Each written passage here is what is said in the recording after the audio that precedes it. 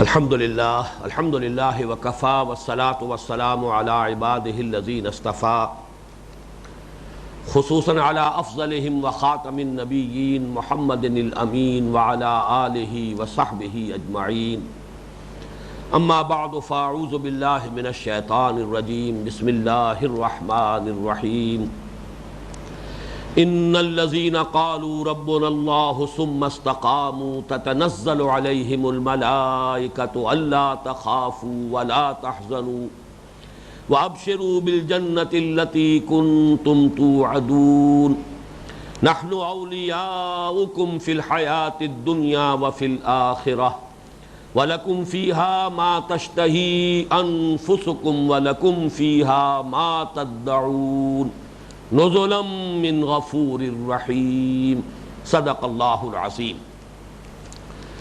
گزشتہ نشست میں ہم ان الذین قالوا ربنا اللہ ثم استقاموا پر گفتگو کر رہے تھے، اور اصل گفتگو چل رہی تھی لفظ استقامت پر۔ اس کے ضمن میں ایک حدیث بھی آپ کو سنانا چاہتا ہوں۔ یہ امام مسلم نے روایت کی ہے۔ اس کے راوی حضرت عمرو یا حضرت ابی عمرو یا ابی عمرہ ہے رضی اللہ تعالی عنہ، نام کا ذرا فرق ہے۔ عن ابی عمرو وقیل ابی عمرہ سفیان بن عبد اللہ رضی اللہ عنہ قال، یہ فرماتے ہیں حضرت ابو عمرو یا ابو عمرہ، قال قلت، میں نے نبی اکرم صلی اللہ علیہ وسلم سے عرض کیا، یا رسول اللہ قل لی فی الاسلام قولا لا اسأل عنہ احدا غیرک، اے اللہ کے رسول مجھ سے تو اسلام کے بارے میں کوئی ایک بات ایسی کہہ دیجئے جو مجھے مستغنی کر دے کہ پھر مجھے کسی اور سے کچھ پوچھنے کی حاجت نہ ہو۔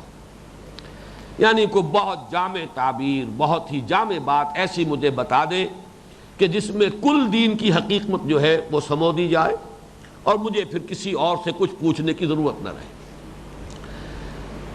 یا رسول اللہ قل لی فی الاسلام قولا لا اسأل عنہ احدا غیرک، قال، اب جواب جو دیا حضور نے صلی اللہ علیہ وسلم اسے توجہ سے سنیے، قل آمنت باللہ ثم استقم، کہو میں ایمان لایا اللہ پر اور پھر جم جاؤ۔ اس استقامت میں جیسا کہ میں نے پچھلی نشست میں عرض کیا تھا، اس استقامت میں قیامت مضمر ہے۔ اب ذرا اس کا تجزیہ کیجئے، یہ استقامت ہے کیا؟ پہلی بات تو یہ کہ لغوی اعتبار سے نوٹ کیجئے، قام یقوم، کھڑے ہونا، اقام یقیم، کسی دوسرے کو کھڑا کرنا، اقیم الصلاۃ، نماز کو قائم کرو، نماز کھڑی کرو، قد قامت الصلاۃ، نماز کھڑی ہو گئی، اقیم الصلاۃ، نماز کو کھڑا کرو، نماز کو قائم کرو۔ اب اس سے آگے جو یہ باب استفعال میں جو آیا ہے استقامت، استقامہ یستقیم، اس میں ہے کھڑے ہونا اور ڈٹ جانا۔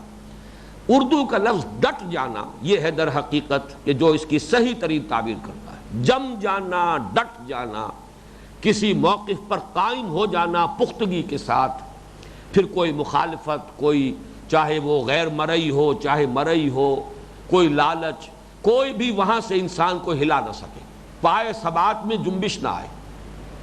ان الذین قالوا ربنا اللہ ثم استقاموا، اب اس استقامت کے دو رخ ہیں، ایک استقامت ظاہری یا استقامت خارجی ہے جو نظر آئے گا۔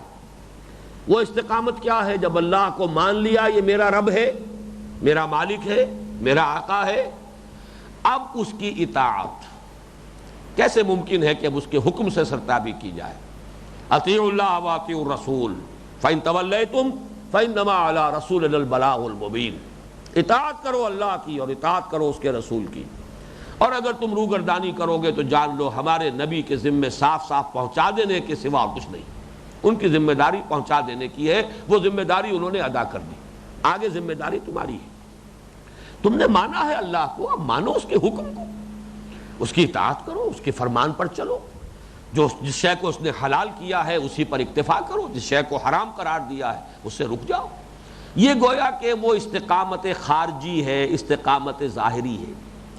اسی استقامت خارجی، استقامت ظاہری میں وہ چیزیں بھی آ جائیں گی، اس لیے کہ وہ بھی حکم ہے، ادعو الی سبیل ربک، بلاؤ لوگوں کو اپنے رب کے راستے کی طرف۔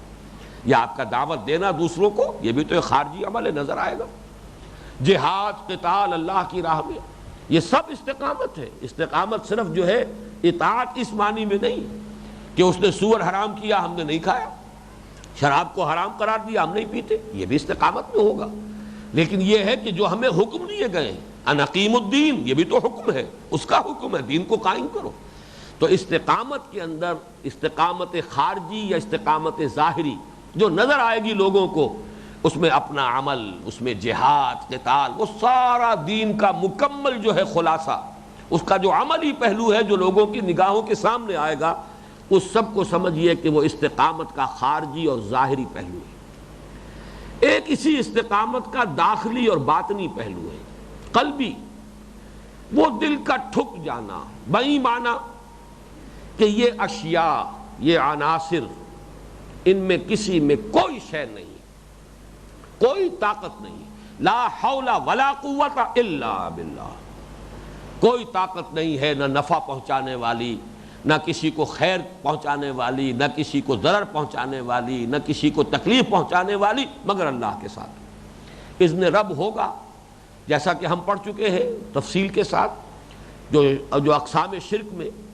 جو شرک فی الصفات، کسی شے کی کوئی صفت ذاتی نہیں، ابدی نہیں، دائم و قائم نہیں، تمام اوصاف اللہ کی عطا کردہ ہیں، اور ہر صفت کا ظہور ہوگا، ہر تاثیر ظاہر ہوگی اگر اذن رب ہوگا، اگر اذن رب نہیں ہوگا اس صفت کی تاثیر ظاہر نہیں ہوگی۔ یہ ہے ایمان کا تقاضا۔ اگر یہ شکل سامنے آ جاتی ہے، لا حول ولا قوت الا باللہ، یہ تو ہمارے ہاں تیسرے کلمے کا سب سے اہم حصہ ہے، سب سے بڑا اور سب سے اہم حصہ، اور یہی وہ بات ہے کہ جو میں آپ کو سنا چکا ہوں شیخ عبد القادر جیلانی رحمۃ اللہ علیہ کے حوالے سے، کہ انہوں نے اپنے بیٹے کو جو نصیحتیں کی ہیں ان میں اسی کو ٹرانسلیٹ کیا ہے، ذرا اس کو اور واضح کیا ہے کہ اے میرے بچے اس حقیقت کو ذہن نشین کر لے، لا فاعل فی الحقیقت ولا مؤثر الا اللہ، فاعل حقیقی اللہ کے سوا کوئی نہیں، ہم کاسب اعمال تو ہیں، کسی نے تمہیں پتھر مارا ہے لگ گیا، لیکن یہ کہ اللہ کے اذن کے بغیر یہ پتھر نہیں لگ سکتا تھا، لاکھ وہ پتھر مارتا، جس نے پتھر مارا ہے وہ اپنے لیے جو بھی اس نے ظلم کیا ہے اس کے لیے جو عذاب اس نے کمانا تھا کما لیا، پتھر کا لگ جانا یہ اس کے اختیار میں نہیں تھا، یہ تو اللہ کے اختیار میں تھا کہ وہ آ کر لگے تمہیں۔ تو جان لو لا فاعل فی الحقیقت ولا مؤثر، کوئی مؤثر نہیں ہے، کسی شے میں کوئی تاثیر نہیں ہے الا اللہ، اللہ کے سوا۔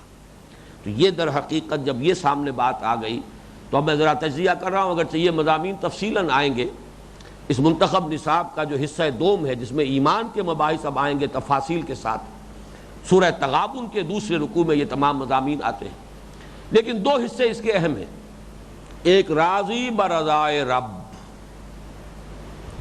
جو ہوا بغیر اذن رب نہیں ہوا، مجھے پتھر لگا اس نے مارا، ٹھیک ہے اس نے مارا، اگر قصاص لینے پر قادر ہوں قصاص لینے کا مجھے حق حاصل ہے، معاف کرنا چاہوں معاف کرنے کا اختیار حاصل ہے، لیکن یہ اچھی طرح مجھے سمجھ لینا چاہیے کہ اس میں ایک دوسرا ایلیمنٹ ہے، اذن رب کے بغیر مجھے پتھر نہیں لگ سکتا تھا، یہ اللہ کی کہ اذن سے لگا ہے۔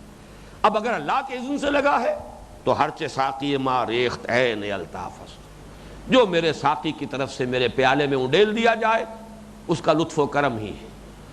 یہ راضی برضائے رب، رضائے حق پہ راضی رہ، یہ حرف آرزو کیسا، یوں ہو جائے یوں ہو جائے، ایسا نہ ہو جائے، یہ یوں کیوں ہو گیا، ایسا ہونا چاہیے تھا، یہ لیتا اور لعلہ، یہ ساری چیزیں جو ہے اگر ایسا ہوتا تو یوں ہو جاتا، میں یوں کر لیتا تو پھر یوں یہ نتیجہ نکل آتا، میں اس مصیبت سے بچ جاتا، یہ سب جو ہے یہ در حقیقت محجوبیت کی علامت ہے کہ آپ کے سامنے وہ عناصر طبعی ہیں، صرف اسباب مادیاں ہیں، صرف مسبب الاسباب نگاہوں میں نہیں ہے کہ ما شاء اللہ کان وما لم یشاء لم یکن، جو اللہ نے چاہا وہ ہوا اور جو اللہ نے نہیں چاہا وہ نہیں ہو سکتا تھا، آپ کچھ بھی کر لیتے نہیں ہو سکتا تھا، اسی لیے فرمایا گیا ان کلمۃ لو تفتح عمل الشیطان، یہ لو کا کلمہ جو ہے اگر میں یوں کر لیتا تو ایسا ہو جاتا، اگر یوں ہو جاتا تو پھر یہ تکلیف نہ آتی، یہ کلمہ لو جو ہے یہ شیطان کے عمل کا نقطۂ آغاز ہے۔ اب یہ انسان میں حسرت پیدا کر رہا ہے، افسوس پیدا کر رہا ہے، یوں کیوں نہ کر لیا میں نے، فلاں وقت میں نے یوں کیوں کیا، اس نے یہ کیا کر دیا، وہ یوں نہ کرتا۔ یہ سارا جو ہے وہ آگ کی بھٹی کے اندر جو ہے انسان کا باطن جو ہے وہ اب اس کے اندر تپتا ہے۔ اس سے نجات دینے والی شے ہے راضی برضائے رب، جو میرے رب کی طرف سے آیا اس کا الطاف، اس کا کرم، اس کی نعمت اس کی طرف سے، اس لیے کہ میری مصلحت جتنی اس کے علم میں ہے میرے علم میں نہیں ہے۔ اس لیے قرآن مجید کہتا ہے تم نہیں جانتے، اللہ جانتا ہے، تم تو نہیں جانتے۔ جیسے میں نے وہ جو دعا ہے، دعائے استخارہ، وہ میں نے آپ کو سنائی تھی اقسام شرک بیان کرتے ہوئے، فَإِنَّكَ تَعْلَمُ وَلَا أَعْلَمُ وَتَقْدِرُ وَلَا أَقْدِرُ، اے اللہ تجھے سب علم حاصل ہے، مجھے کوئی علم حاصل نہیں، اور تجھے قدرت حاصل ہے، مجھے کوئی قدرت حاصل نہیں۔ یہ جب تک کیفیت نہ ہو تو مقام بندگی کہاں آیا؟ تو یہ نوٹ کر لیجئے کہ میں نے استقامت خارجی اور ظاہری، عبادت اور اطاعت، اللہ کے جملہ احکام پر کاربند ہو جانا، وہ احکام ذاتی بھی ہوں گے، انفرادی بھی ہوں گے، اجتماعی بھی ہوں گے، اقامت دین کی جد و جہد بھی ہوگی، جہاد و قتال فی سبیل اللہ بھی ہوگا، اپنی جان ہتھیلی پر رکھ کر میدان میں آنا بھی ہوگا۔ اس سب کو جمع کر لیجئے تو یہ مقام عبدیت ہے۔ یہ صوفیہ کی اصطلاحات میں چاہتا ہوں کہ آپ درس قرآن کے حوالے سے ان کو اپنے ذہنوں کے اندر جو ہے ان کا ربط قائم کرتے چلے جائیے۔ مقام عبدیت کیا ہے؟ جو حکم سر تسلیم خم، جو فرمان، جو بھی آپ کا حکم ہے حاضر ہے، بدل و جان حاضر ہے، جان نثار کرنے کو تیار ہے، یہ مقام عبدیت ہے۔ یہ دوسرا مقام جو ہے استقامت باطنی، راضی برضائے رب، بروں کشید ز پیچا کہ ہست و بود مرا، چے اقدہا کے مقام رضا کشود مرا۔ یہ جو مقام ہے مقام رضا، اور اسی کا دوسرا پرتو کیا ہے؟ توکل۔ وسائل و اسباب کو استعمال کرو لیکن بھروسہ ان پر نہ کرو، ہوگا وہ جو اللہ چاہے، سارے اسباب فراہم ہوں، اللہ نہیں چاہے گا نتیجہ نہیں نکلے گا، اور اللہ جب چاہے گا بغیر کسی ذریعے کے، کسی مادی سبب کے جب چاہے گا وہ اب جو بھی آپ کی ضرورتیں پوری کر دے گا۔ یرزقہ من حیث لا یحتسب، وہاں سے رزق پہنچائے گا جہاں سے گمان تک نہیں ہوگا، اس لیے کہ وہ محتاج نہیں ہے اسباب کا، اسباب اس کے اذن کے محتاج ہیں، وہ محتاج نہیں ہے اسباب کا۔ ایسا نہیں ہے کہ اشیاء کو پیدا کر کے، عناصر کو پیدا کر کے، ایلیمنٹس کو پیدا کر کے، ان میں کچھ صفات ودیت کر کے اب اس کے ہاتھ بن گئے ہوں۔ میں کیا کروں، میں تو آگ کے اندر وصف رکھ چکا جلانے کا، اب یہ آگ میں پھینک رہے ہیں ابراہیم کو تو جلے گا ابراہیم، نہیں، اختیار مطلق اللہ کا ہے، آگ اس کے اذن سے جلائے گی، اس کا اذن نہیں ہوگا نہیں جلائے گی۔ ان دو چیزوں کو جب جمع کر لیں، راضی برضائے رب، اچھی طرح نوٹ کر لیجئے، آج بالکل الجبرے کے فارمولے کے طریقے سے، جیسے کہ اقسام شرک میں نے الجبرے کے فارمولے دیے ہیں آپ کو، راضی برضائے رب اور توکل صرف اللہ پر۔ کچھ نہیں ہو سکتا جب تک کہ اللہ نہ چاہے، کوئی میرا کچھ نہیں بگاڑ سکتا جب تک کہ اللہ کا اذن نہ ہو۔ ان دو چیزوں کو جمع کر لیجئے، اب خوف کس بات کا رہ جائے گا، حزن کس بات پر ہوگا؟ عام طور پر لفظ خوف جو ہے اس کا تعلق مستقبل سے ہے، ایسا نہ ہو جائے، یوں نہ ہو جائے، وہ نہ ہو جائے، کوئی نعمت میرے ہاتھ سے جاتی نہ رہے، کوئی پسندیدہ محبوب چیز جو ہے وہ میرا ساتھ نہ چھوڑ جائے، یہ خوف ہے۔ خوف کا تعلق مستقبل سے ہے۔ حزن کا تعلق دو طرفہ ہے، حزن رنج، جو کچھ ہو گیا آپ کے لیے تکلیف دہ ہے، ناپسندیدہ ہے، طبیعت اس پر ایک افسوس اور رنج کی کیفیت محسوس کر، یہ بھی حزن ہے۔ اور حزن جو ہے آئندہ کے لیے بھی ہوتا ہے۔ یہ جو حضور نے فرمایا تھا غار ثور میں، لا تحزن ان اللہ معنا، ظاہر بات ہے کوئی واقعہ ہو نہیں چکا تھا جس پر کہ حزن جو ہے کر رہے ہو حضرت ابو بکر صدیق رضی اللہ تعالی، یہ بھی ایک اندیشہ تھا۔ تو اندیشے کی ہی ایک کیفیت حزن بھی ہے۔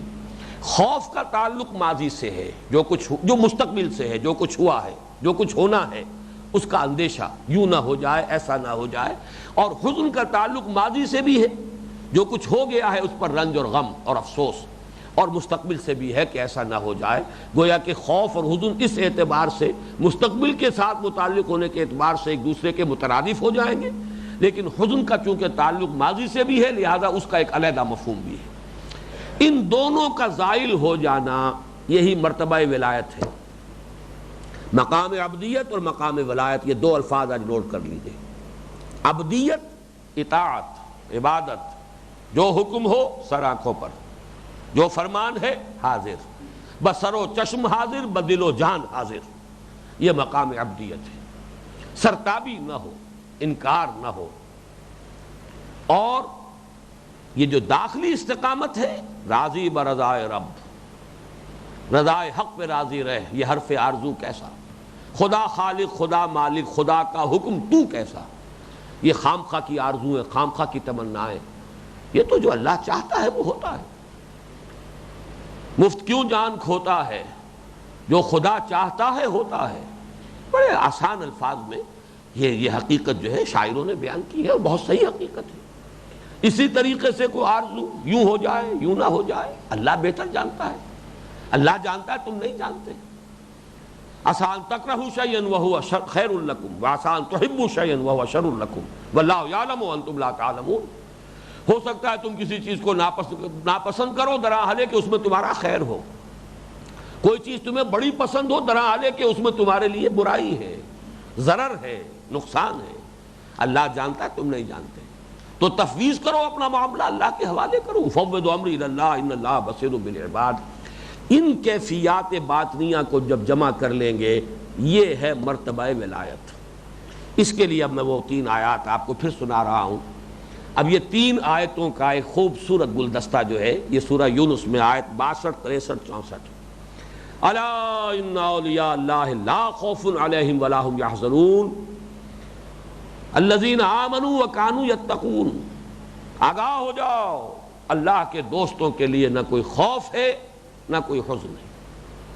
وہی الفاظ جو ہم اس آج کے درس میں پڑھ رہے ہیں، اللہ تخافوا ولا تحزنوا۔ اس لیے کہ ایک ہوتا ہے فوری طبعی اثر، وہ اس کے منافی نہیں ہے۔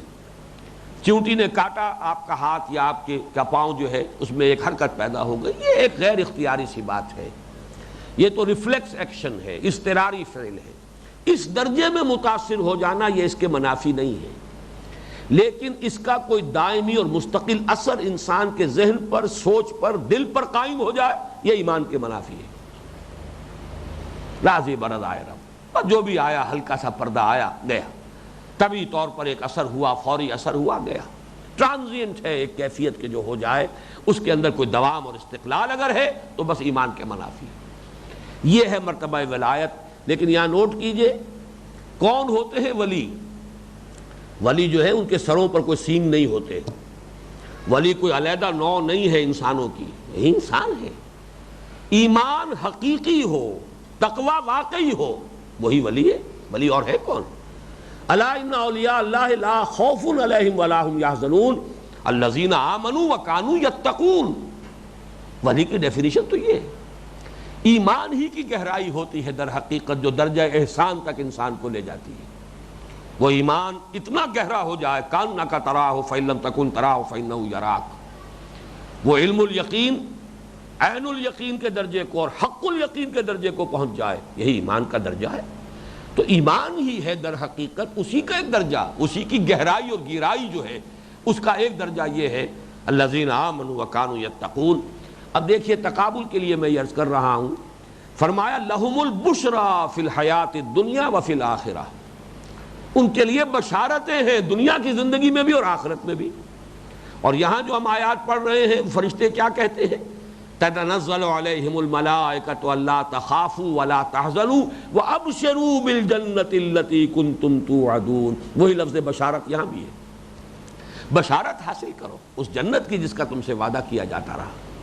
معلوم ہوا کہ وہی 3 الفاظ، زوال خوف، زوال حزن اور بشارت، لہم البشریٰ فی الحیات الدنیا وفی الآخرہ، ان کے لیے بشارتیں ہیں آخرت کی زندگی میں بھی اور دنیا کی زندگی میں بھی۔ یہی مرتبہ ولایت ہے۔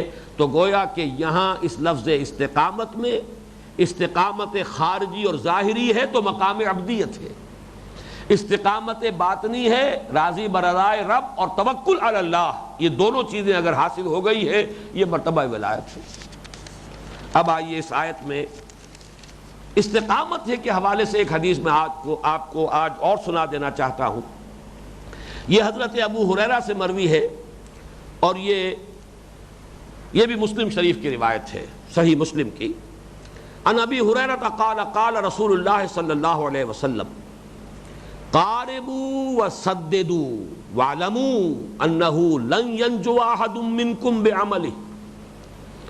حضور نے ارشاد فرمایا، مسلمانوں میانہ روی سے کام لیا کرو، عبادات میں اور اس میں بھی غلو نہ کرنا۔ یہ غلو جو ہے جب انسان کرتا ہے تو پھر یہ غلو انسان کو پچھاڑ دیتا ہے، پھر ریئیکشن ہوتا ہے، رد عمل ہوتا ہے۔ میانہ روی، قاربوا وسددوا، البتہ اس میانہ روی میں استقامت اختیار کرو۔ یہ نہ ہو کہ ایک وقت میں تو جذبہ جو ہے آسمان کو چھو رہا ہے اور ایک وقت میں جھاگ بن کر بیٹھ گئے، یہ کیفیت جو ہے یہ پسندیدہ نہیں ہے۔ اعتدال کی روش اختیار کرو، اور اعتدال ہی کے ساتھ سددو، یہ امام نووی نے اس کی وضاحت کی ہے، المقاربۃ القصد الذی لا غلو فیہ ولا تقصیر، وہ میانہ روی جس میں غلو نہ ہو۔ ہاں، اللہ کے حکم کو تو بہرحال نہیں توڑنا، جو اللہ کا حکم ہے، جو فرائض ہیں وہ ادا کرنے ہیں، جو حرام ہے اس سے بہرحال رک جانا ہے، لیکن اس سے آگے جا کر نوافل میں غلو کرنا، آگے بڑھنا، زیادتی کرنا، یہ ہے جس سے حضور روک رہے ہیں۔ قاربوا وسددوا، میانہ روی اختیار کرو، غلو نہ کرو۔ اور سداد جو ہے امام نووی کہتے ہیں استقامت کو کہتے ہیں، جو بھی ہے اس پر استقامت، ڈٹے رہو، کھڑے رہو، تسلسل ہو، پابندی ہو، دوام ہو۔ اب اس میں جو جملہ آیا ہے یہ بہت سے لوگوں کے لیے آنکھیں کھول دینے والا ہونا چاہیے، جو غلو کرتے ہیں، مستحبات میں غلو کر رہے ہیں، سنت عادت میں غلو کر رہے ہیں، چھوٹی چھوٹی چیزوں میں غلو کر رہے ہیں، اسی میں ایک دوسرے پر نکیر کر رہے ہیں، ایک دوسرے پہ تنقیدیں کر رہے ہیں۔ اس غلو کا علاج کیا ہے جو حضور نے ابھی فرمایا، وہ سن لیجئے۔ وَاعْلَمُوا، جان لو، انہ لن ینجو احد منکم بعملہ، تم میں سے کوئی شخص بھی صرف اپنے عمل کی بنیاد پر نجات نہیں پا سکے گا۔ کتنا عمل کر لو گے، کتنا غلو کر لو گے، کہیں تک بھی پہنچ جاؤ، تم اپنے عمل کی بنیاد پر نجات نہیں پاؤ گے۔ لن ینجو احد منکم بعملہ، تم میں سے کوئی ایک بھی ایسا نہیں ہے جو اپنے عمل کی وجہ سے نجات پا جائے۔ قالوا ولا انت یا رسول اللہ، سوال کیا صحابہ نے کہ اے اللہ کے رسول کیا آپ بھی؟ فرمایا قال ولا انا، ہاں میں بھی نہیں، الا یتغمدنی ربی برحمت منہ وفضل، الا یہ کہ اللہ تعالیٰ ڈھانپ لے مجھے اپنی رحمت اور فضل سے۔ یہ ہے مرتبہ محمد الرسول اللہ صلی اللہ علیہ وسلم۔ اصل میں یہ بھی شیطان کی، انسان کی دشمنی جو ہے، اس کے تو پیدائشی دشمن ہے، وہ انسان کو ہٹانا چاہتا ہے غلو میں ڈال کر، وہی غلو کہ جو محبت کا غلو تھا جس نے شرک کی بدترین صورت اختیار کروا لی، خدا کا بیٹا قرار دے دیا حضرت عیسیٰ علیہ السلام، وہی غلو محبت کا حضرت علی کو خدا بنا دینے والے پیدا ہو گئے، وہی غلو ان نیکیوں میں، عبادات میں۔ نتیجہ کیا نکلتا ہے؟ جو اہم تر بات ہے وہ رہ جاتی ہے۔ اقامت دین کی جد و جہد کے لیے تو اب کوئی جذبہ رہا ہی نہیں، سارا جذبہ جو ہے ان نوافل میں، ان مستحبات میں، ان چھوٹی چھوٹی نیکیوں میں، پوری سٹیم جو جنریٹ ہوئی تھی یوز ہو گئی، خرچ ہو گیا سارا جذبہ، آگے نہیں بڑھے گا۔ لہذا شیطان یہاں داؤ لگاتا ہے، پھندے لگاتا ہے، اس میں پھنساؤ، مست رکھو ذکر و فکر صبح گاہی میں اسے، پختہ تر کر دو مزاج خانقاہی میں اسے، تاکہ اس سے آگے کی سوچ ہی نہ آئے۔ یہ ہے کہ جس کا سد باب ہو رہا اس حدیث سے، قاربوا وسددوا واعلموا انہ لن ینجو احد منکم بعملہ۔ قالوا ولا انت یا رسول اللہ، قال ولا انا الا یتغمدنی ربی برحمت منہ وفضل، ہاں میں بھی نجات محض اپنے عمل کی بنیاد پر نہیں پاؤں گا جب تک کہ پروردگار مجھے ڈھانپ نہ لے اپنے فضل اور رحمت سے۔ اب آگے چلیے، اس حصے میں ایک اہم مضمون ہے فرشتوں کا نزول۔ تتنزل علیہم الملائکۃ الا تخافوا ولا تحزنوا وابشروا بالجنہ۔ یہ فرشتوں کا نزول جو ہے، اس کے بارے میں ایک بات نوٹ کر لیجئے۔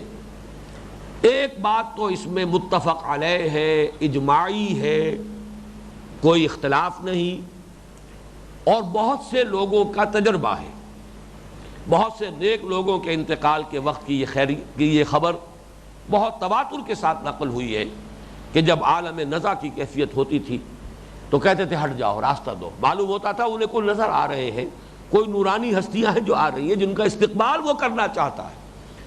یہاں جو عالم نزع میں گرفتار ہے، کوئی ہے جس کو اس نے دیکھا ہے، کوئی آیا ہے. تو نزول جو ہے فرشتوں کا عند الموت، یہ تو متفق علیہ ہے. موت کے قریب فرشتوں کا نزول گویا کہ استقبال کرنے کے لیے آئیں گے.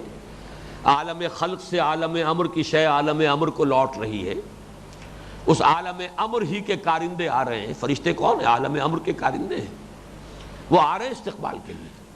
تو یہ تتنزل علیہم الملائکۃ الا تخافوا ولا تحزنوا. اب خوشیاں منائیے، خوشخبری حاصل کیجئے. آپ کی سختی کے دن گئے، آپ کے تکالیف کے دن گئے، آپ کے لیے جو کوفت تھی دنیا میں اب اس کا سلسلہ منقطع ہوا. اب بشارتیں ہی بشارتیں ہیں، خوشیاں ہی خوشیاں ہیں. فراح و ریحان و جنت نعیم. اس میں تو کوئی چونکہ اختلاف نہیں، اور جیسا کہ میں نے عرض کیا بہت سے لوگوں کے بارے میں یہ چیزیں واقعاتی انداز میں بھی ہمیں ملتی ہیں، اس میں تو کسی اختلاف کی گنجائش نہیں. البتہ دوسرا معاملہ یہ ہے، دوسرا مسئلہ یا دوسرا معاملہ، دوران حیات دنیاوی بھی یہ نزول ہوتا رہتا ہے. اس میں کچھ لوگوں کو ذرا اشکال ہوگا، لیکن واقعہ یہ ہے کہ یہ قرآن سے حدیث سے اس قدر ثابت شدہ شے ہے جس کا انکار کرنا جو ہے وہ وہی جو ریشنلزم ہے، وہ 19th سینچری سائنٹیفک ریشنلزم، جو معجزات کو ماننے سے انکار کرتا ہے، جو مادے اور مادے کی تاثیرات جو ہے اس پر اس کا یقین کامل قائم تھا، وہ ریشنلزم. بچے کھچے اثرات اس کے اب بھی چلے آ رہے ہیں. جیسے گائے ایٹن صاحب کہہ گئے اس سال ہمارے ہاں کہ مغرب میں بھی اکثر لوگ ابھی اسی فضا میں سانس لے رہے ہیں، وہی نیوٹونین ایرا جو ہے فزکس کا، ابھی اسی میں جی رہے ہیں، وہی ان کی بھی سوچ ہے. یہ آئنسٹائن کے تصورات اور یہ فزکس کے اعلیٰ نظریات جو اب سامنے آئے ہیں، وہاں بھی اکثر و بیشتر لوگوں کو معلوم نہیں. اس کا نتیجہ کیا ہے کہ اس کو ذرا مانتے ہوئے طبیعت جو ہے وہ اپراتی ہے کہ کیا دوران حیات دنیا میں بھی فرشتے نازل ہوتے ہیں. میری رائے اس کے بارے میں پازیٹیولی یہ ہے کہ نازل ہوتے ہیں. اس کا ثبوت سورہ انفال اور سورہ آل عمران میں 2 جگہ پر فرشتوں کا نزول مسلمانوں کی مدد کے لیے نص قطعی سے ثابت ہے. غزوہ بدر میں فرشتے آئے، غزوہ احد میں فرشتے آئے. اور یہ 2 آیتیں جو ہیں نوٹ کر لیجئے، سورہ انفال کی آیت نمبر 10 ہے، سورہ آل عمران کی آیت نمبر 126. یہ جوڑا بھی ایک مثال ہے قرآن مجید میں اس اصول کا کہ اہم مضمون قرآن مجید میں کم سے کم 2 مرتبہ ضرور آئے گا اور تھوڑا سا لفظی فرق کر دیا جائے گا تاکہ مونوٹنی نہ رہے، تنوع ہو. فطرت انسانی کو تنوع زیادہ پسند ہے، مونوٹنی سے طبیعت گھبراتی ہے، انسان بور ہو جاتا ہے. اب آپ دیکھیے اس کی مثال، سورہ انفال، سورہ آل عمران. سورہ انفال کی آیت نمبر 10، آل عمران کی آیت نمبر 126. دونوں جگہ پر فرمایا وَمَا جَعَلَهُ اللَّهُ إِلَّا بُشْرَىٰ وَلِتَطْمَئِنَّ بِهِ قُلُوبُكُمْ. دوسری جگہ فرمایا وَمَا جَعَلَهُ اللَّهُ إِلَّا بُشْرَىٰ وَلِتَطْمَئِنَّ قُلُوبُكُمْ بِهِ وَلِتَطْمَئِنَّ بِهِ قُلُوبُكُمْ وَلِتَطْمَئِنَّ قُلُوبُكُمْ بِهِ. ایک میں قلوب پہلے آ گیا، بہی بعد میں آ گیا، ایک میں بہی پہلے آ گیا، قلوب بعد میں آ گیا، بین ہی وہی مضمون. وَمَن نَّصْرُ إِلَّا مِنْ عِنْدِ اللَّهِ. یہ الفاظ بھی جو کہ تو. البتہ سورہ انفال میں فرمایا اِنَّ اللَّهَ عَزِيزٌ حَكِيمٌ. سورہ آل عمران میں وَمَن نَّصْرُ إِلَّا مِنْ عِنْدِ اللَّهِ الْعَزِيزِ الْحَكِيمِ. یہ لفظی فرق، لیکن دونوں جگہ پر آپ کو معلوم ہے فرشتوں کا نزول ہوا اور انہوں نے امداد کی. غزوہ احزاب میں تو یہاں تک آیا ہے کہ حضور صلی اللہ علیہ وسلم ہتھیار کھول چکے تھے جب حضرت جبرائیل آئے ہیں اور ہتھیار باندھے ہوئے آئے ہیں. انہوں نے عرض کیا ہے کہ حضور آپ نے اور آپ کے ساتھیوں نے ہتھیار کھول دیے، ہم نے تو ابھی ہتھیار نہیں کھولے. اللہ کا حکم ہے کہ ابھی یہ بنو قریظہ کی گوشمالی کرنی ہے، انہیں سزا دینی ہے. انہوں نے جو غداری کی ہے، وعدہ خلافی کی ہے، اس کی سزا دینی ہے. لہٰذا حضور نے حکم دیا کہ فوراً جو ہے سب کے سب لوگ جو ہے وہ چلیں بنو قریظہ کی طرف. تو فرشتوں کا نزول ایسے نصوص قطعیت ثابت ہے. سورہ مجادلہ میں جہاں حزب اللہ کا تذکرہ ہے، وَأَيَّدَهُمْ بِرُوحٍ مِّنْهُ، اللہ تائید فرماتا رہتا ہے جو حزب اللہ میں شامل ہوں، جو اس کے سپاہی بن گئے ہوں، جو اس کے فوجدار بن گئے ہوں، جن کی زندگی کا مقصد ہو اللہ کی حدود کی حفاظت، والحافظون لحدود اللہ العامرون بالمعروف والناہون عن المنکر والحافظون لحدود اللہ. تو یہ کام کریں گے، جو حزب اللہ بنیں گے، جو شیطان کی جماعت سے ٹکرائیں گے، ان کو تائید ہوتی رہتی روح من. اسی طریقے سے خود اس آیت میں جو موجود ہے نحن اولیاؤکم فی الحیات الدنیا، ہم تمہارے ساتھی ہیں دنیا کی زندگی میں. اگر موت کے وقت یہ بات کہی جائے تب بھی اس کا مفہوم ہے کہ ہم ہی تمہارے ساتھی رہے دنیا کی زندگی میں. لیکن یہ بات جو ہے موت کے وقت کہنا اتنا معنی خیز نہیں ہے جتنا کہ حیات دنیاوی کے دوران، جب آپ کشمکش میں مبتلا ہیں، جب کشاکش میں ہیں، جب مصائب میں ہیں، اس وقت کوئی تھپکی دے کہ گھبراؤ نہیں میں تمہارے ساتھ ہوں، تب تو کوئی بات ہوئی. لیکن یہ ہے کہ اگر بعد میں بتائے کہ گھبراؤ نہیں تمہارے لیے کوئی گھبراہٹ کا موقع نہیں تھا اس لیے کہ ہم تمہارے ساتھ تھے، تو یہ در حقیقت اس اعتبار سے اتنی بامانی بات نہیں بنتی. اگرچہ یہ آیت جو ختم ہوتی ہے جس کے اندر کہ فرمایا گیا کہ ہم تمہارے ساتھی ہیں دنیا میں بھی اور آخرت میں بھی، نحن اولیاءکم فی الحیات الدنیا وفی الآخرہ وَلَكُمْ فِيهَا مَا تَشْتَهِي أَنفُسُكُمْ وَلَكُمْ فِيهَا مَا تَدَّعُونَ نُزُلًا مِّن غَفُورٍ رَحِيمٍ. بلکہ اس سے پہلے کے الفاظ نوٹ کیجئے وَأَبْشِرُوا بِالْجَنَّةِ الَّتِي كُنْتُمْ تُوعَدُونَ. اس کا ترجمہ میں نے کیا ہے کنتم توعدون، جس کا کہ تم سے وعدہ کیا جاتا رہا. اس میں اشارہ ہو رہا ہے کہ یہ موت کے وقت کی گفتگو ہے. تو موت کے وقت کی گفتگو تو ظاہر ہے، ثابت ہے، مجمع علیہ ہے، اس پر اجماع ہے، اس پہ کچھ کہنے کی ضرورت نہیں. لیکن حیات دنیاوی کے دوران بھی فرشتوں کا نزول ہوتا ہے، چاہے ان کی بات ان کانوں سے ہم نہ سنیں، وہ صرف ایک سکینت بن کر ہمارے قلب کے اوپر نازل ہو جائے. جیسے کہ اب ہم یہاں بیٹھے ہوئے ہیں، درس قرآن ہو رہا ہے، حدیث صحیح ہے، مستند ہے، مجتمع قوم فی بیت من بیوت اللہ یتلون کتاب اللہ ویتدارسونہ بینہم الا نزلت علیہم السکینہ وغشیتہم الرحمہ وحفتہم الملائکہ. جب بھی کہیں کچھ لوگ اللہ کے گھروں میں سے کسی گھر میں جمع ہوتے ہیں، اور اللہ کے گھروں میں سے کسی گھر کا ایک تو قطعی مفہوم ہے کسی مسجد میں، لیکن اکثر جو ہے محققین محدثین ان کے نزدیک کوئی بھی گھر ہو جہاں پر کہ کوئی بھی مقام ہو جہاں اس کام کے لیے لوگ جمع ہو جائیں، عموم جو ہے وہ یہاں پیش نظر ہے. اصل ہے وہ کام کیا ہے؟ اللہ کی کتاب کو پڑھنا اور آپس میں سمجھنا سمجھانا. جہاں کہیں بھی یہ کام ہوگا ان پر رحمت کا نزول ہوگا، غشیتہم الرحمہ، رحمت انہیں ڈھانپ لے گی، سکینت نازل ہوگی، فرشتے ان کے گرد گھیرا ڈال لیں گے. تو تتنزل علیہم الملائکہ. اب اس کو صرف موت کے وقت کے ساتھ خاص کر دینا میرے نزدیک وہ درست نہیں ہے. واللہ اعلم. اب آگے چلیے، اس حصے کا ایک اور اہم مضمون ہے لَكُمْ فِيهَا مَا تَشْتَهِي أَنفُسُكُمْ وَلَكُمْ فِيهَا مَا تَدَّعُونَ. تمہارے لیے ہے وہاں وہ سب کچھ جس کا اشتہا ہے تمہارے جیوں میں، تمہارے نفوس میں. تشتہی، یہ اشتہا کا لفظ اردو میں ہم بولتے ہیں. کبھی آپ کسی سے کہتے ہیں پڑھے لکھے آدمی سے کھانے کے لیے، بھائی اشتہا نہیں ہے. اشتہا اگرچہ لفظ جو ہے اس کا مادہ تو شہوت ہے، شہوت کا لفظ ہمارے ہاں عام طور پر صرف مستعمل ہے جنسی شہوت کے لیے. حقیقت میں نفس کے سارے تقاضے جو ہیں وہ شہوت ہیں. پیٹ کھانے کو مانگتا ہے، یہ بھی اشتہا ہے، یہ بھی ایک شہوت ہے، جس کو فرائیڈ نے کہا ہے ایڈ یا لیبیڈو. جو بھی نفس کے تقاضے ہیں، اس نفس کے اندر سے جو تقاضے ابھرتے ہیں پریزرویشن آف دی سیلف کے لیے، پریزرویشن آف دی اسپیشیز کے لیے، بقائے ذات اور بقائے نسل کے لیے جو تقاضے نفس کے اندر سے ابھرتے ہیں، چاہے وہ کھانے کے ہوں، پینے کے ہوں، وہ جنسی خواہش ہو، وہ سب شہوت ہے. تو فرمایا وہاں سب کچھ ہے تمہارے لیے جس کی اشتہا تمہارے نفوس کے اندر ہے. ہم نے ڈالی ہے، یہ نفوس ہم نے پیدا کیے ہیں. ہم جانتے ہیں کہ ان نفوس میں کن کن چیزوں کی خواہش اور اشتہا ہے. وہ ساری تسکین کا سامان، ان تمام تقاضوں کی بھرپور تسکین کا سامان اس جنت میں فراہم کر دیا گیا ہے. یہ بات بھی بعض حضرات کو جو نسبتاً زیادہ شعور کے اعتبار سے ذرا اپر لیول پر ہوتے ہیں ذرا کھلتی ہے.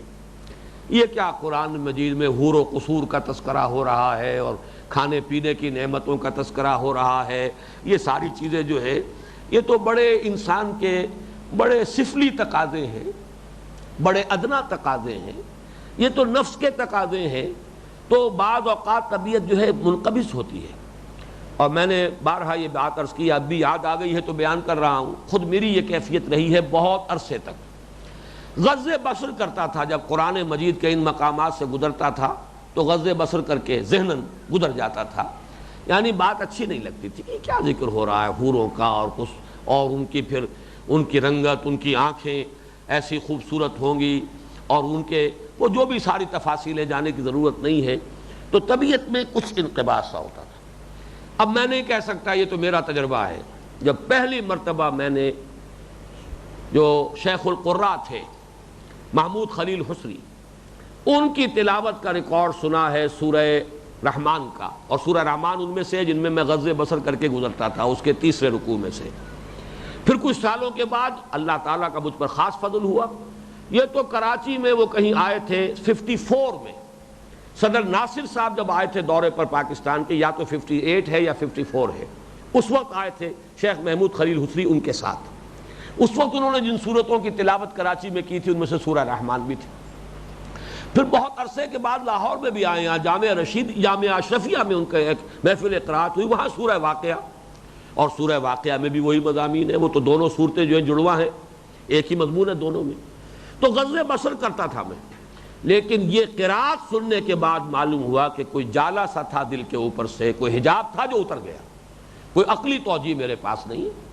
اور میں تو اس واقعے کو، اپنے تجربے کو بیان کیا کرتا ہوں کہ حسن قرات جو ہے قرآن مجید کی، اس کی اپنی تاثیر ہے، معنی جو اس کے ہیں، مطالب جو اس کے ہیں، ان سے ہٹ کر اس کا جو صوتی آہنگ ہے، اس میں جو اللہ تعالیٰ نے ایک ملکوتی غنا رکھا ہے، یہ ڈیوائن میوزک جو اس کے اندر ہے، اس کی اپنی تاثیر ہے، انڈیپینڈنٹ آف میننگز، ان کے معنی سے بالکل جدا اور آزاد اس کی ایک تاثیر ہے۔ اس کا مجھے ذاتی تجربہ ہوا ہے، بارہا میں نے پہلے بھی عرض کیا، آج بھی عرض کر دیا ہے بہرحال، لیکن اس کی پھر عقلی توجیہ بھی سامنے آ گئی، اور یہ اسی وقت آئی جب کہ قلب پر سے حجاب اتر گیا۔ بڑا پیارا جملہ ہے مولانا محمد منظور نعمانی صاحب کا، کبھی انہوں نے کہا تھا کسی ایک معاملے میں، اصل تبدیلی تو دل کی تبدیلی ہوتی ہے، دماغ تو کرائے کا وکیل ہے جو دلائل فراہم کر دیتا ہے۔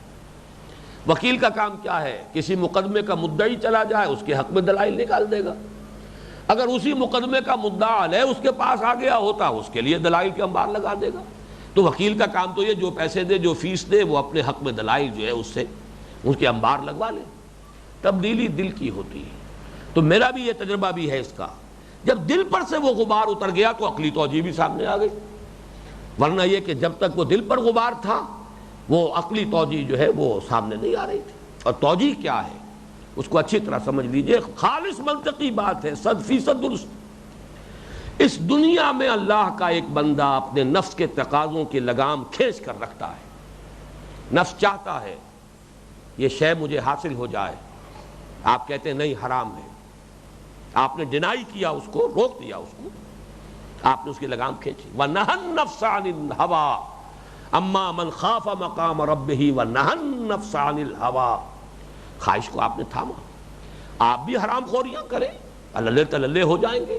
ایک شخص رشوت نہیں لے رہا، روکھی سوکھی کھلا رہا ہے اپنے بچوں کو، اس کے دل پر بیت رہی ہے جو بیت رہی ہے، اسے معلوم ہے کہ میں بھی رشوت اگر لوں تو انہیں میں پراٹھے بھی کھلا سکتا ہوں اور انہیں حلوے مانڈے کھلا سکتا ہوں، لیکن نہیں، روک رہا ہے اپنے آپ کو کہ حرام ہے۔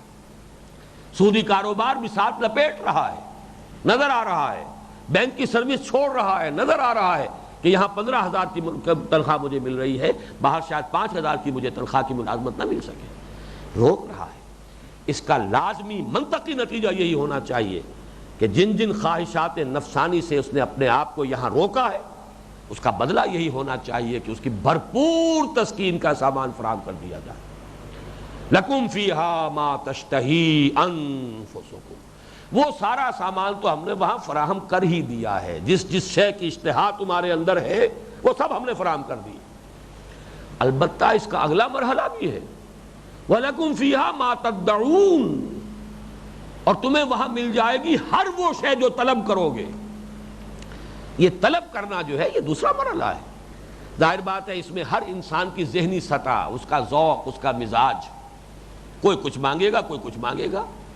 آپ دیکھتے ہیں مینو ہوٹل میں جا کر، اور پھر آپ آرڈر دیتے ہیں طلب کرتے ہیں، تو یہ طلب انسان کی ذوق کے مطابق ہوگی۔ میں نے بارہا وہ عرض کیا ہے، ایک واقعہ ڈاکٹر یقین میرے کلاس فیلو پرانے دوست، انہوں نے مجھے یہ واقعہ سنایا، اور مجھے یہ مقام جب بھی میں یہاں آتا ہوں وہ واقعہ یاد رہتا ہے کہ وہ جا رہے تھے کہیں انگلستان، اپنے بچوں سے پوچھا ہر ایک سے کہ تمہارے لیے کیا لاؤں، تمہارے لیے کیا لاؤں۔ چھوٹی بچی نے کہا میرے لیے پینسل لے کر آئی۔ اب وہ ہنسے، اس نے انگلستان سے پینسل منگوائی۔ کیوں منگوائی یہ پینسل؟ اس لیے کہ اس سے زیادہ کا بھی اس کا کوئی شعور ہے ہی نہیں، اسے کیا پتا اور کیا نعمتیں ہیں، کیا اس دنیا کے اندر اور چیزیں ہیں۔ اس کا چھوٹا سا ذہن، اسے شاید والدہ جو ہے روکتی ہوں گی، پینسل اس کے ہاتھ میں نہیں آنے دیتی ہوں گی، دیواروں کو خراب کرے گی، کہیں اور ادھر ادھر کچھ اور نقش و نگار بنائے گی۔ تو وہی جو اس کی رکی ہوئی ایک آرزو تھی، اس نے اسی کی تسکین کا جو ہے وہ سوال کر دیا۔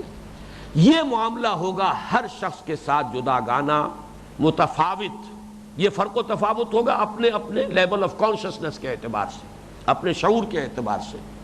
اور اس میں آخری اور بلند مرتبہ وہ ہے کہ کوئی انسان ایسے بھی ہوں گے، قرآن مجید میں ذکر ہے، یریدون وجہہ، صرف اللہ کی کا چہرہ چاہیں گے اور کچھ نہیں چاہیں گے، سوائے اللہ کے اور کچھ نہیں، جس کو کہ حضرت رابعہ بصریہ نے ایک تمثیل سے واضح کیا تھا رحمت اللہ علیہا، کہ ایک خاص جذب کی کیفیت میں نکلی ہیں اپنے گھر سے، ایک ہاتھ میں ایک لوٹا ہے جس میں پانی تھا، اور ایک ہاتھ میں مشعل ہے، آگ جل رہی ہے۔ انہوں نے پوچھا کہاں جا رہی ہیں، کیا ہے معاملہ؟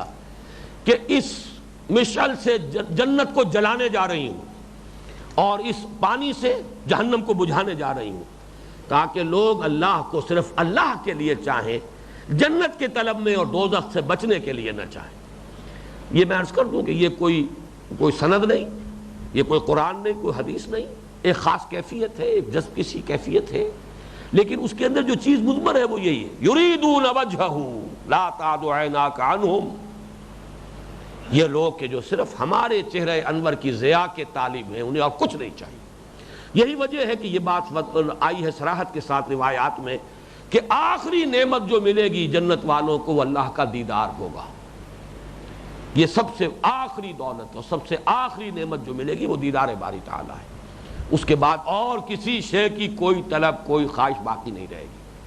اب آخری بات، اگرچہ وقت تو تقریباً ختم ہو گیا ہے لیکن نوٹ کر لیجئے، یہ دونوں چیزیں جو ہیں وَلَكُمْ فِيهَا مَا تَشْتَهِي أَنفُسُكُمْ وَلَكُمْ فِيهَا مَا تَدَّعُونَ، تمہارے لیے ہے اس جنت میں، اس آخرت میں وہ سب کچھ جس کی اشتہا تمہارے جیوں میں ہوگی، اور تمہارے لیے ہوگا وہاں وہ سب کچھ جو تم مانگو گے، طلب کرو گے، جس کا آرڈر دو گے۔ لیکن یہ دونوں چیزیں مل کر بھی نزل بنیں گی۔ نزل کہتے ہیں ابتدائی مہمان نوازی کو۔ نزیل اور ضیف کا فرق یہ ہے، نزیل کہتے ہیں جو مہمان تازہ تازہ آیا، نزیل سواری سے اتر کر آیا، کار سے اتر کر آیا، گھوڑے سے اتر کر آیا، اونٹ سے اتر کر آیا، نازل ہوا ہے، وہ نزیل ہے۔ جب آ کے آپ کے پاس مقیم ہو گیا، اب ضیف ہے۔ یہی فرق ہے نزیل اور ضیف کا۔ ضیف کی ضیافت ہوتی ہے اہتمام کے ساتھ، نزیل کو فوری طور پر کچھ پیش کر دیا جاتا ہے، جس کو آپ کہتے ہیں ٹھنڈا یا گرم۔ سردیاں ہیں چائے پلا دیجئے فوری طور پر، اور گرمیاں ہیں آج کل کا موسم ہے شربت پلائیے، سکنجبیر پلائیے، یہ نزل ہے۔ یہ دونوں چیزیں مل کر بھی نزل ہوں گی صرف اس لیے کہ جنت کی جو اصل نعمتیں ہیں ان کے بارے میں ایک حدیث سن لیجئے، اسی پر آج کا درس ختم ہو جائے گا۔ یہ حدیث اس سے پہلے بھی میں نے بیان کی ہے لیکن میں آج آپ کو اس کی سند کے ساتھ بتا رہا ہوں۔ صحیح بخاری، صحیح مسلم، جامع ترمذی، تینوں میں یہ روایت موجود ہے حضرت ابو ہریرہ سے رضی اللہ تعالی عنہ، اور حدیث قدسی ہے۔ قال قال رسول اللہ صلی اللہ علیہ وسلم، حضرت ابو ہریرہ فرماتے ہیں کہ اللہ کے رسول نے ارشاد فرمایا، قال اللہ عز وجل، اللہ فرماتا ہے عز وجل، کیا فرماتا ہے؟ اعددت لعباد الصالحین ما لا عین رات ولا اذن سمعت ولا خطر علی قلب بشر، میں نے اپنے نیک بندوں کے لیے تو وہ چیزیں فراہم کی ہوئی ہیں جو نہ کسی آنکھ نے کبھی دیکھی، نہ کسی کان نے کبھی سنی، نہ کسی انسان کے دل پر ان کا کبھی خیال تک وارد ہوا۔ اور اس کے بعد فرمایا وَقْرَؤُوا إِن شِئْتُمْ، اب چاہو تو ذرا یہ آیت کے الفاظ پڑھ لو، فَلَا تَعْلَمُ نَفْسٌ مَا أُخْفِيَ لَهُم مِّن قُرَّةِ أَعْيُنٍ، کسی کو نہیں معلوم کہ ان کے لیے ہم نے کن کن آنکھوں کی ٹھنڈک کے سامانوں کا فراہم ہم نے کر رکھا ہے، کسی کو پتہ نہیں، لا تعلم نفس۔ اب یہ جو کیٹیگوریکل سٹیٹمنٹ ہے، ایک روایت میں یہ آیا ہے کہ یہ الفاظ جو ہے فقرؤوا ما ان شئتم، اگر تم چاہو تو یہ پڑھ لو، یہ حضرت ابو ہریرہ کے الفاظ ہیں۔ حضور کی طرف سے جو قول، جو حدیث قدسی ہے وہ ختم ہو گئی اس پر کہ اعددت لعبادی الصالحین ما لا عین رات ولا اذن سمعت وما خطر علی قلب بشر، میں نے اپنے صالح بندوں کے لیے ایسی ایسی چیزیں فراہم کی ہیں جو نہ کسی آنکھ نے دیکھی، نہ کسی کان نے سنی، اور نہ کسی انسان کے دل پر ان کا کبھی خیال تک وارد ہوا۔ اصل ضیافت وہ ہے، یہ ساری چیزیں ما تشتہی انفسکم بھی، اور تمہاری اپنی جو سوچ ہے وہ بھی تو محدود ہے، وہ بھی تو اپنے تصورات کے مطابق مانگو گے جو مانگو گے۔ یہ دونوں چیزیں مل کر بھی صرف نزل ہیں، نزلا من غفور الرحیم۔ بارک اللہ لی ولکم فی القرآن العظیم ونفعنی وإیاکم بالآیات والذکر الحکیم۔